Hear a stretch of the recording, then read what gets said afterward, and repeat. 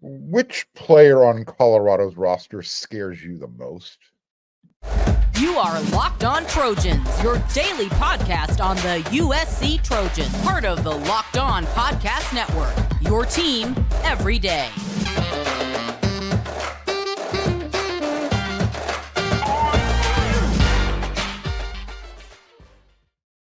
Fight on, everyone. I'm your host, Mark Holkin, and thank you for making Locked On USC your first listen every day. Whether you're watching the show on YouTube or wherever you're going to download your podcast, the show is free. I appreciate your support. I want you to show your appreciation. If you're watching on YouTube, do me a favor, become a subscriber. It's easy. It's free. Hit the red subscribe button. When you see the thumbs up, I need you to hit it. Make it go down. Make a thumbs up. Go down. And so you won't miss one episode. Hit that bell notification, and you're Locked On USC 5 times a week, plus more. So the Trojans offense, they're the number one team in the nation scoring, 55 points per game on average. They're the number 3 team in the nation offensively in total offense, 569 yards per game. They're the number 3 team in the nation with their passing efficiency. That's 204.82. And they're the number 3 team in the nation for passing offense, putting up 377 yards per game. Then can the number 4 rated passing attack in the country, is that enough to beat USC? Because that's where Colorado is. That's where they step in. Their quarterback, you know the name, Shedeur Sanders, primetime son, Deion Sanders' son. He doesn't have as many targets as Caleb Williams is afforded. And he's also going to be without probably his best skill player, Travis Hunter, who's still dealing with a lacerated liver. That doesn't sound good. But he still has at wide receiver Xavier Weaver, who's put up 461 yards and 2 touchdowns so far this season. He has Jimmy Horn Jr., who's racked up 243 yards and 2 touchdowns. They have a tight end. Everybody has a tight end, it seems like, when they play USC. His name is Michael Harrison. He's been in on the action with 135 receiving yards, and he's got 3 touchdowns. And then remember this name. You might already know the name. He's a running back, Dylan Edwards. He's got 169 yards and 3 touchdowns through the air. For me, Dylan Edwards is their wild card. He's the guy who scares the bejesus out of me. And if he knows how to throw the ball, I'd probably have him running some wildcat too. Edwards is what I refer to as, finger quotes, fast.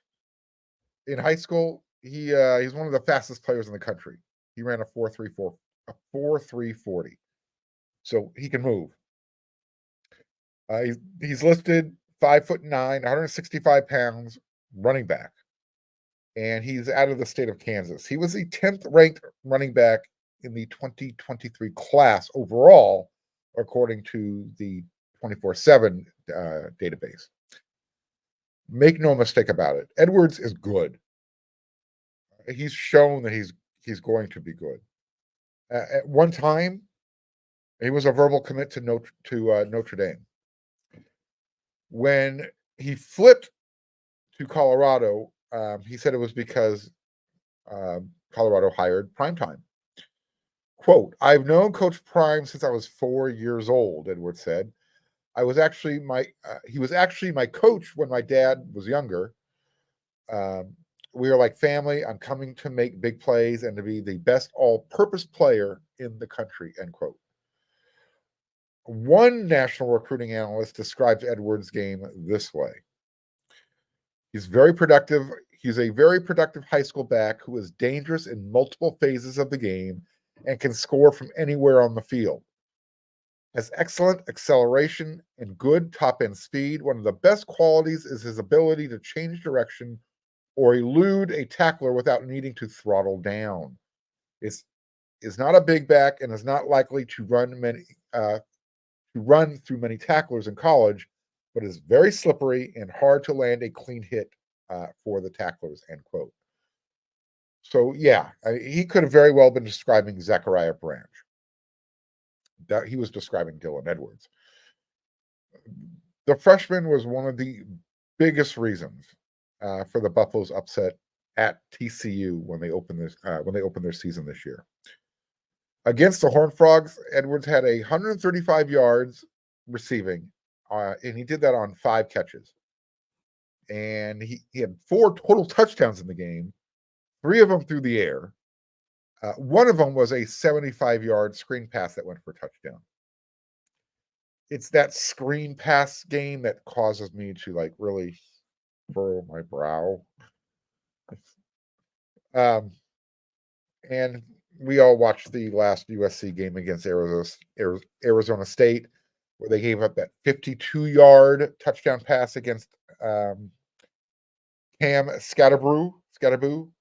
That was a pass off in the flat, and then he just broke a couple of tackles, and boom, he was gone down the sideline, touchdown. That kind of play in open space hasn't been kind to USC, and because open space tackling isn't one of their defensive strengths so far. So everyone, we're going to have to keep an eye on where they line Edwards up in this game. They're going to move him all over the field, in the backfield, at wide receiver,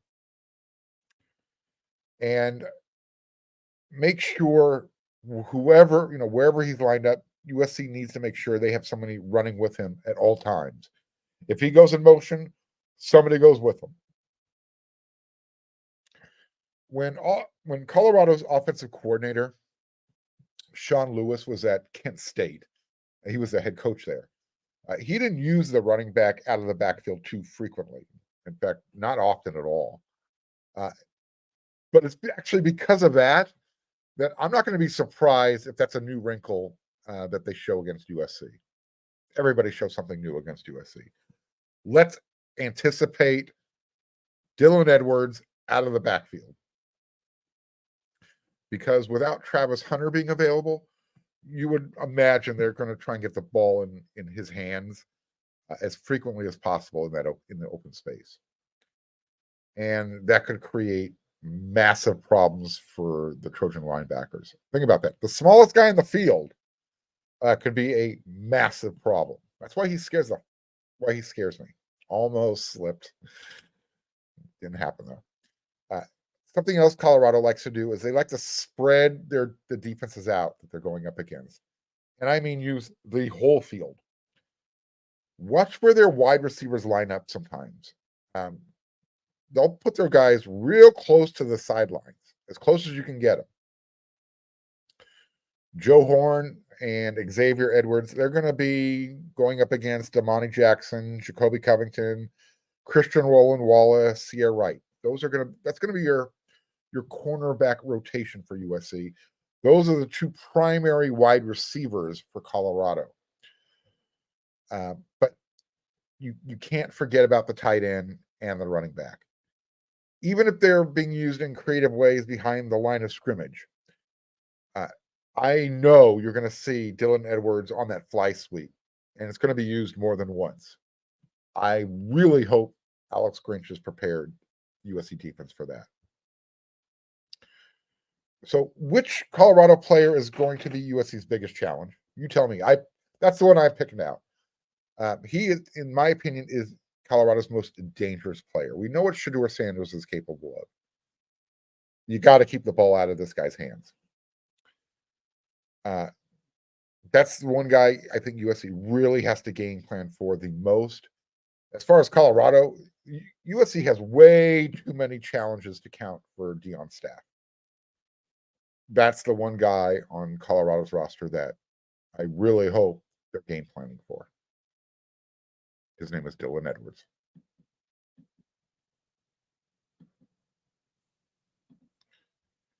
Hey, men, are you tired of weakening or thinning hair?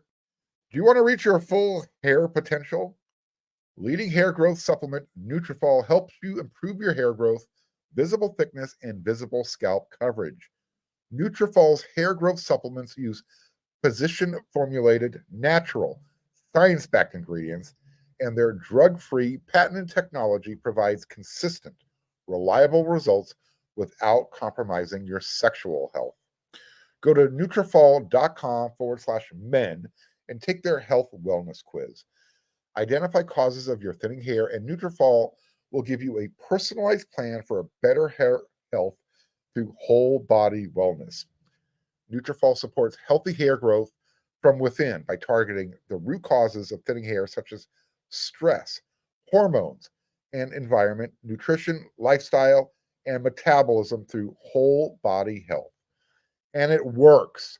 In a clinical study, 84% of men showed improvement in their hair after 6 months taking Nutrafol men's hair growth supplements.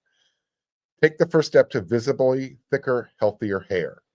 For a limited time, Nutrafol is offering our listeners $10 off your first month's subscription and free shipping when you go to Nutrafol.com/men and enter the promo code LockedOnCollege. Find out why over 4,000 hair care professionals recommend Nutrafol for healthier hair.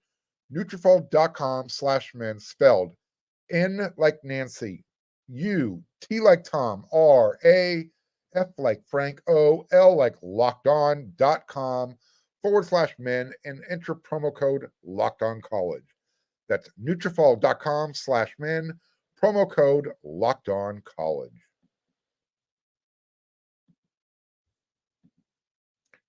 The college football season is here, and this season, Locked On is kicking up our coverage. Each Friday, Locked On will go live from 11 a.m. to 1 p.m. Eastern on every Locked On College YouTube channel, including this one. Locked On College Football Live will cover the college football playoff implications, the conference rivalry games, and they're going to go in-depth like only Locked On can, including insights and analysis from our stable of Locked On College hosts covering their team every day. Find Locked On College Football Live every Friday from 11 a.m. to 1 p.m. Eastern on any Locked On College YouTube channel. You're not going to want to miss it. So, yay or nay prediction time. The game is what? You're watching this episode of Locked On USC on Friday, 24 hours away, depending on what time you're watching it. Kickoff's at 9 a.m. West Coast time. So let's make some predictions. USC right now is undefeated against Colorado in their history. They 16-0. So USC is going to make it 17-0. Yay or nay? The answer is yay. Look, following Colorado's most recent loss to Oregon, Coach Primetime's squad, it's not hit though. He's taking over a Colorado team that has lost. They're going to try and snap a 19-game losing streak against top 10 teams. In fact, the Buffaloes are seeking their first win over an AP top 10 team dating back to September 29th, 2007. So it's almost going to be the day that USC is playing on the 30th, 16 years later. When, by the way, they beat Oklahoma in Boulder, Colorado on September 29th, 2007. Lincoln Riley was not on that staff, but we do not want any type of 6 degrees of Kevin Bacon connection going on. We do not want USC losing this game. If Colorado was to pull the upset, I think everyone should anticipate it. It was because USC turned the ball over. They probably turn the ball over a lot, frequently. When you're playing on the road, limiting your mistakes and protecting the ball, especially over a team you're predicted to beat like a drum, it's essential. Don't give them a chance by giving them the ball back over and over again. So we're going to see what happens. We're going to see what gives in this game. Because it's actually going to be strength against strength when it comes to Colorado's ability to take the ball away and the Trojans' ability to protect the ball. Colorado actually leads the country with 11 takeaways, and 8 of those are from the interception. Caleb Williams hasn't even thrown an interception yet this year. In fact, since the start of last season, USC has averaged only half an offensive turnover per game, which is the fewest turnovers per game at the FBS level. That's impressive. They know how to protect the ball. The Trojans will sack Shedeur Sanders 7 times. I'm saying yes, they will. Yay. In its first 4 games, the Trojans defense has sacked the opposing quarterback 16 times. And that's good enough to be tied for the nation's best. Sanders, quarterback for Colorado, he's been sacked 22 times so far through 4 games, and 7 times in each of the last 2 games. You feel that as a quarterback. Your body does not want to take that many hits, especially when a lot of times you're taking blindside shots. And I mentioned this on yesterday's episode of Locked On USC. This is no secret. One of Colorado's weaknesses is its offensive line. Whether it's pass protection or run blocking, they just do not produce well from the offensive line room. And when you have a poor pass protection and you combine that with an even worse run game, that is literally a recipe for disaster when you're going up against a good defense. A lot of people aren't going to confuse USC's numbers as being good defensively. I went over where they are on yesterday's episode. They're number 1 in the country with tackles for loss. They're number 1 in sacks, and they have forced eight fumbles so far. So they know how to make plays. Here's a fun fact for you. Out of 133 teams playing at the FBS level, Colorado ranks 132nd in the country with sacks allowed. So this is why I believe USC will get at least 7 sacks in the game. They got 7 in the fourth quarter against Arizona State, 8 in the entire game. You have to anticipate Colorado's O-line wearing down as this game continues to go. That ranking 132nd in sacks allowed, that's exactly where they rank with running the ball as well. On that note, can the Trojans hold Colorado's running game to less than 100 yards rushing? Yes, they can, and they had better. I told you Colorado was ranked 132nd in the country. That's because they only average 55 yards per contest running the ball. This is what Coach Primetime said. We've got to run the ball. Not only that, we've got to implement short and intermediate, referring to passing, as well as the deep passing game. But the main thing, you've got to protect your quarterback. I don't care who you are, you've got to protect the quarterback, end quote. Dylan Edwards, he leads Colorado with 157 yards, and he averages, 5.6 yards when he does carry the ball. They just don't give him the ball enough. Their other running backs, Anthony Hankerson and Sivion Wilkerson, they get some carries as well. I talked about Edwards in the first segment. He's the key. He's the one to watch. However, they're also getting running back. His name is Alton McCaskill. He got it in the game last week against Oregon. He's a transfer from the Houston Cougars, and he was the AAC Freshman of the Year back in 2021, and he had 17 yards on 5 carries in the game up at Oregon. That was his first action since he, I guess, had a knee injury back in 2022. So we'll see if he's back healthy enough to help that beleaguered Colorado Buffaloes running game. How about this? Zachariah Branch will return a kickoff or a punt for a touchdown. I want to say yay, but I'm going to say nay. And I just can't see, I'm saying that because I just don't see Deion Sanders being foolish enough to give Zachariah a chance.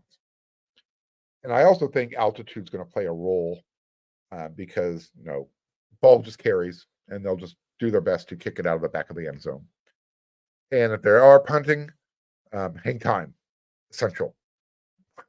Hang time, or just kick it towards the sideline. However, if he does, this will be why. Zachariah is currently tied for number one in the nation for kickoff return touchdowns. He's got one.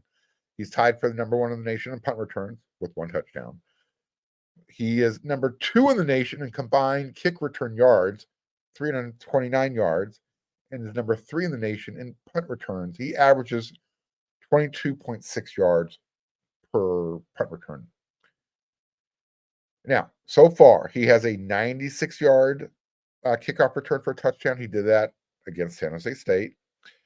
He has a 75-yard punt return for a touchdown against Stanford. He did that in the second quarter of that game. Colorado, they give up almost 11 yards per punt. So something to keep an eye on. And if the kickoff is returnable, this is where it's probably going to happen. Colorado's opponents, they were getting almost 28 yards per kickoff return. So, on that note, I've got USC winning this game 58-24, and they're going to come home 5-0 when they take on Arizona the following week. You agree with these, yay or nays? Give me something in the comment section. What do you think is going to happen?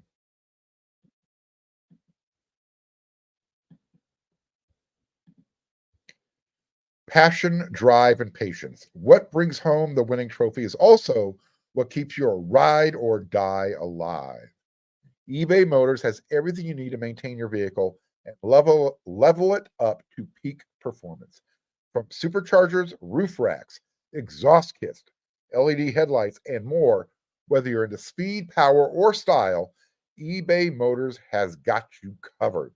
With over 122 million parts for your number one ride or die, you'll always find exactly what you're looking for. And with eBay Guaranteed Fit, your part is guaranteed to fit your ride every time or your money back. Because with eBay Motors, you're burning rubber, not cash. With all the parts you need at the prices you want, it's easy to turn your car into the MVP and bring home that win. Keep your ride or die alive at ebay.com/motors. eBay Guaranteed Fit only available to U.S. customers, eligible items only. Exclusions will apply.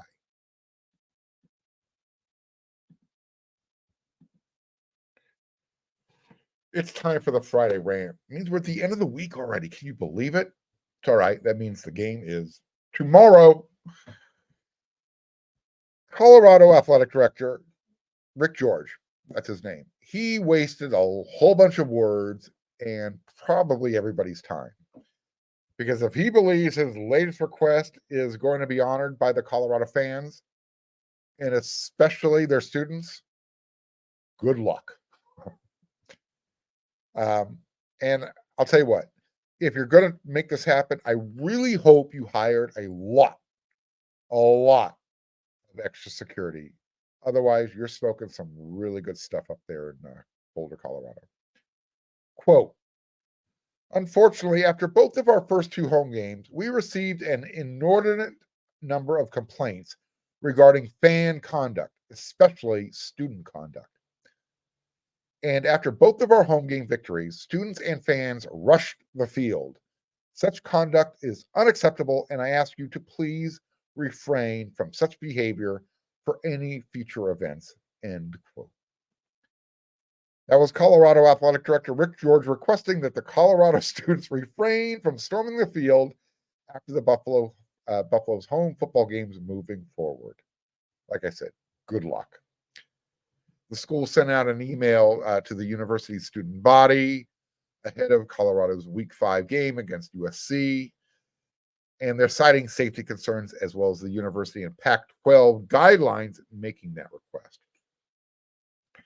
Look, I guess he can say the school made the effort well in advance, just in case there's any pushback and just in case it does happen. Because Colorado has never beat USC. I talked about it earlier. USC is 16-0 in their history. They are, look, I think everybody anticipates I think even Colorado expects this to happen. They're going to get barbecue. It's going to be Ralphie burgers all day long.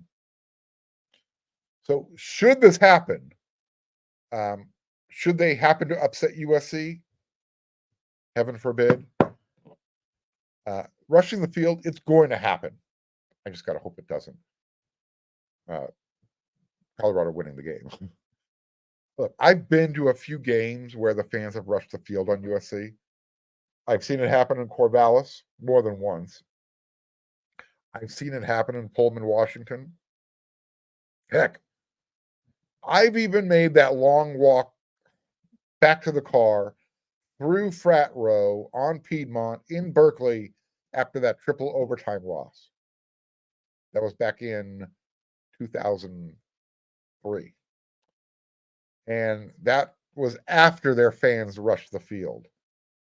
Yeah, by the way, that was probably one of the most unique and visceral experiences I've ever had. In fact, drunk sorority chicks had me laughing and scared at the same time with some of the stuff they were yelling. If you ever get that chance to walk Fraternity Row in Berkeley after Cal wins a big game, do it. Wear a hard hat, though, and maybe some earmuffs. But I understand rushing the field when teams beat USC. I get it. I really do. It comes with the territory. The Trojans have beaten so many programs for so long that when those teams finally get that breakthrough, they have that passionate, visceral reaction. They just want to jump the wall, rush the field, be a part of it. And look, I've talked about it before. USC does not rush the field when they beat somebody. And I mean, it has to be a very, very, very special occasion, like ending a freaking long losing streak to Notre Dame. That's really the only time it's acceptable. But other than that, no. Leave it to the underdogs to rush the field. This is what I'm ranting about. I never want to see USC rushing the field. Even if they happen to win the conference championship game this year, which it would be in Vegas, it wouldn't feel right anyways. And even if they win the national championship. Now, if that happens in LA, I might be a little hypocritical. It's not in LA, so it's not going to happen. Don't worry. But yeah, like I said, no, doesn't happen. All I know is I don't want to see it happen this Saturday. The only thing I want to see stampeding on that field is Ralphie. Which, by the way, did everybody know that Ralphie is really a girl? Yeah. That's the only thing I want to see stampeding the field, rushing the field on Saturday, if it's wearing Colorado colors. And that happens before the game. I guess the reason why Ralphie is always a girl is because of the size of the male and temperament of the male buffalo. I guess they weigh over a ton, and they stand over 6 feet tall at that hump on their back. So the speed is pretty much the same between male and female buffalo, but that's why Ralphie is a female. The males are just too big and strong for those guys. Now, I'm also old enough to remember when the NCAA cracked down on USC because they had way too many people on their sidelines, too many celebrities. They're having too much fun on USC home games. The NCAA didn't think that was the right type of environment for college athletics. Well, now everyone looks forward to Coach Primetime's invite list as much as everybody looks forward to USC's depth chart. Isn't that funny? I'll tell you what, after halftime, I want to see all of those celebrities that Coach Primetime invited. I want to see if they're still on the same sideline in the second half. By the way, which sideline will Snoop Dogg be standing on after his wake and bake Saturday morning? I don't think USC invited him. LeBron and his kid, Bronny James, they're going to be special guests. If you're not aware, Bronny is not going to be playing basketball at USC this year after he had that heart issue earlier this summer. So we'll see where they're hanging out. Lil Wayne and DJ Khaled they're going to be back in Boulder this weekend as well. I'm pretty confident Fox will have them on their big noon kickoff show. I'm sure they'll be doing something there for that. I do know where USC superfan Will Ferrell will be on the sideline. But can somebody please explain to me, why is Matthew McConaughey from Dazed and Confused attending this game? Hello, anyone? The last time I saw the Lincoln lawyer standing on the sideline, in person, at least for me, Texas had ended USC's 34-game winning streak. And that only happened because everybody missed Vince Young's knee being down. I can't remember. Was Matthew McConaughey at the Coliseum when USC beat Texas? Can't remember. I do know he was at the Rose Bowl for that game, though. And I know he was in Texas when Texas beat USC in the return game of the home and home. Like I said, I'm old enough to remember when this was a weekly thing at USC games. Now it's acceptable and everybody wants to see what's happening at Colorado. When this was going on at USC games, if you couldn't get a sideline pass, because that's how popular it was, you were like Bruce Willis. You were standing a few rows behind me in the thundering herd. That's a true story, by the way. It'll be upsetting to see what happens if USC is not coming back to the Coliseum 5-0. Because they have Arizona next, and then they go out to Notre Dame. But that Notre Dame game is a few weeks away. Until then, though, we've got Colorado this Saturday. Come home 5-0. Arizona, that's your next home game. Then Notre Dame. You'll see me after the Colorado game. So until then, everyone, you know what to do.